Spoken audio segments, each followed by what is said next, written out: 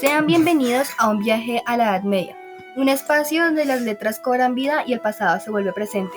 Hoy abrimos el telón con mis compañeros Daniel Borges, Andrés Felipe Salcedo, Evelyn Campo y yo, Nicole Torres, sobre una época lejana pero vibrante, un tiempo de fe profunda, de gestas, hazañas, heroicas y de sabiduría encerrada en códices polvorientos. En este primer episodio, titulado Letras entre Castillos, emprenderemos un recorrido por las principales obras de la literatura medieval española. Descubriremos cómo estas creaciones no solo narran historias, sino que también dan forma al alma de una nación que, entre guerras y milagros, fueron tejiendo una lengua propia. Prepárense para escuchar la voz de juglares, clérigos, caballeros y poetas, porque nos esperan las letras que nacieron entre las piedras del castillo y las columnas del monasterio. A continuación te contaremos sobre el contexto histórico, obras y autores de la literatura medieval española. Contexto histórico. 1000 años de palabra y espada. La Edad Media en la península ibérica es una época de profundos contrastes. Desde el siglo V hasta el XV, España fue un mosaico de pueblos, lenguas y religiones.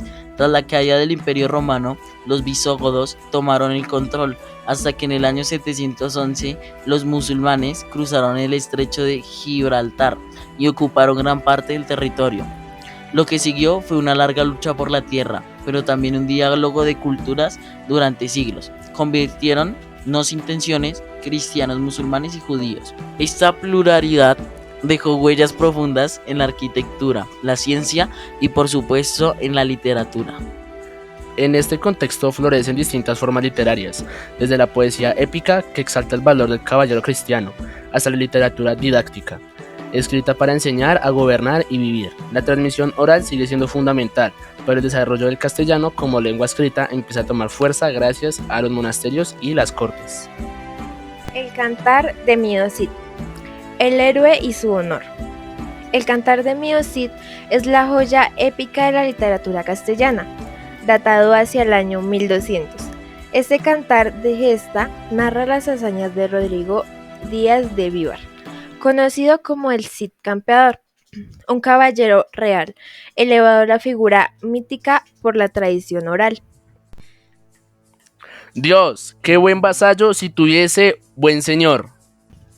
Esta línea, tan célebre como reveladora, condensa el drama central del poema. El Cid es expulsado injustamente por el rey Alfonso VI, pero aún en el destierro permanece fiel.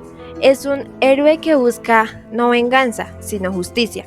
Reconquista ciudades, gana batallas y honra su nombre, todo para recuperar su honor perdido. Lo que hace especial al Cantar de Mío Cid no es su protagonista, sino su tono. A diferencia de otros cantares heroicos europeos, este texto muestra un mundo más realista, donde la astucia política y el esfuerzo personal valen tanto como la fuerza. Escrito un verso épico y con fórmulas propias de oralidad, fue pensado para ser recitado al pueblo, junto al fuego en las plazas. Es también un documento sociológico. En él vemos la estructura de la sociedad feudal, el papel de la mujer, el valor de la palabra dada y la profunda religiosidad del momento. La figura del Cid, entre lo histórico y lo legendario, se convierte en el modelo del caballero ideal, justo, valiente y cristiano. El conde Lucanor, el arte de enseñar cantando.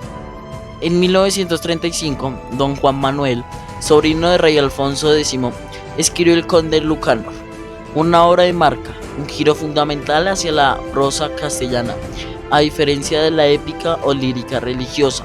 Aquí encontramos una literatura que quiere enseñar desde la razón y no desde la emoción. Señor conde, si me lo permitís, os contaré un ejemplo. Patronio, el sabio consejero, responde siempre con un cuento.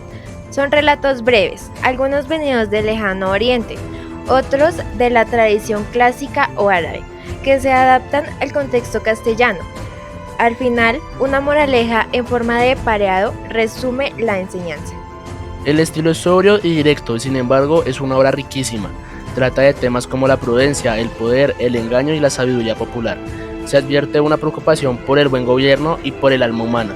Aquí ya no hay dragones ni batallas, hay divisiones, consecuencias y reflexión. Libro de buen amor, entre el deseo y la crítica.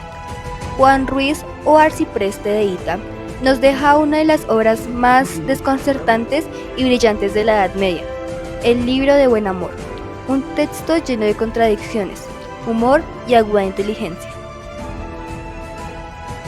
Y de mí no hablo porque sea muy sabio, sino para contar historias de eruditos y de amor. Un libro que celebra el amor divino o uno que ridiculiza el amor mundano, nos enseña a evitar el pecado o a disfrutar de la vida con astucia. Esa ambigüedad es parte de su encanto.